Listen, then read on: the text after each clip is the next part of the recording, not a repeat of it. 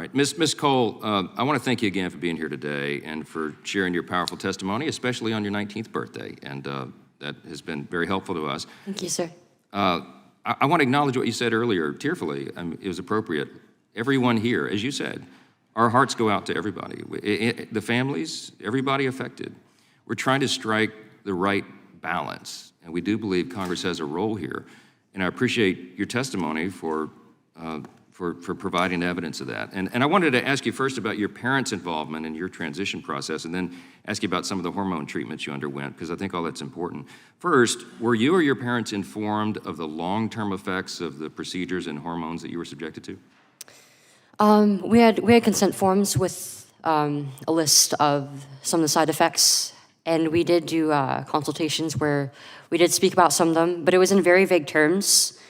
And I mean, as a child, it was a lot for me to process because, I mean, I was perfectly healthy, and children tend to think that they're invincible, that nothing can get them.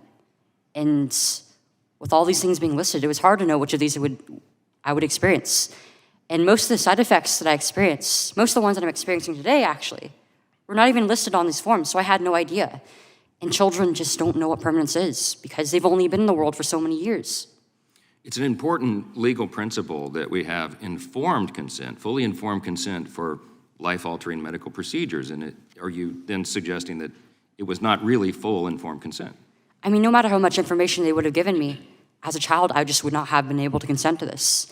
And my parents were required to sign off on these, but it was under duress. I don't think it was really consent. It was coercion. They were given the false dichotomy of either a child transitions or she dies. But transition almost killed me. And the evidence suggests that that is a common practice, regardless of what's been said here today.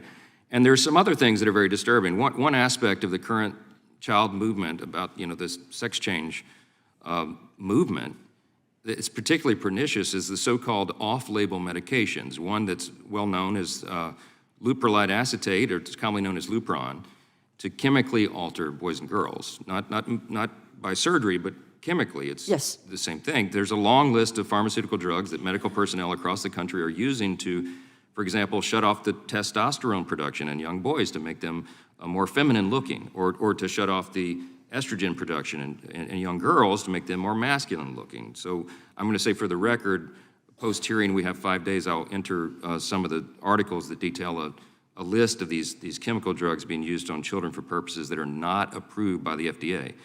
But Ms. Cole, was one of those puberty blockers that you were prescribed Lupron? Yes, I was put on Lupron. And what was the purpose of that in your hormone treatment? Just to stop the natural production of my hormones to make way for the exogenous testosterone. Does it concern you, as it does us, that some pharmaceuticals are being used to chemically mutilate some children today that were never explicitly approved for that purpose by the FDA? Incredibly so. And to my knowledge, there's currently no effort underway by the FDA to explicitly approve these pharmaceuticals for these purposes. And they shouldn't. And they shouldn't.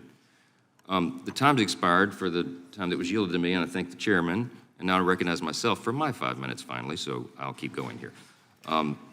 The last time I checked, it was still illegal under federal law to use FDA-approved pharmaceuticals for an unapproved or off-label use, and yet we're seeing that very commonly in this field.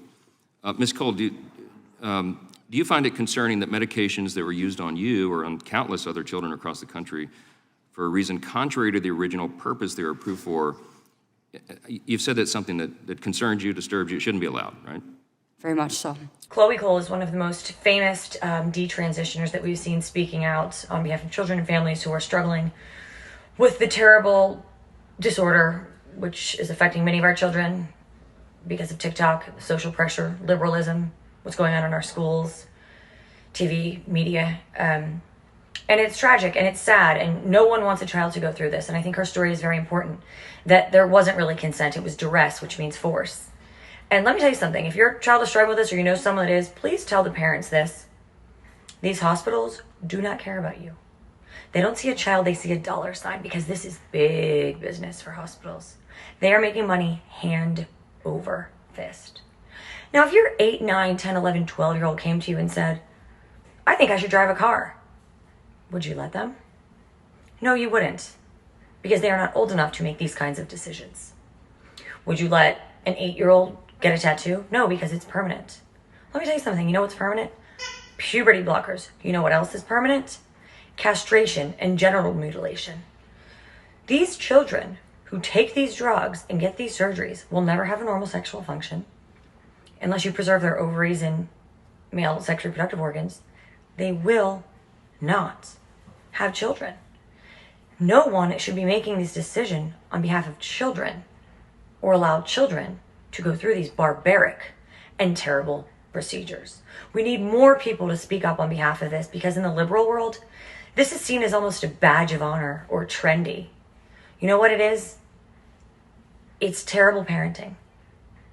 I know it's hard. Being a parent is extremely difficult, and when they're struggling, you're struggling. Get all of the information first. And they say, I think over 70% of children that have gender confusion, it self-resolves after puberty. Why would you let a tomboy not be a tomboy? She's not a boy. And there is a difference.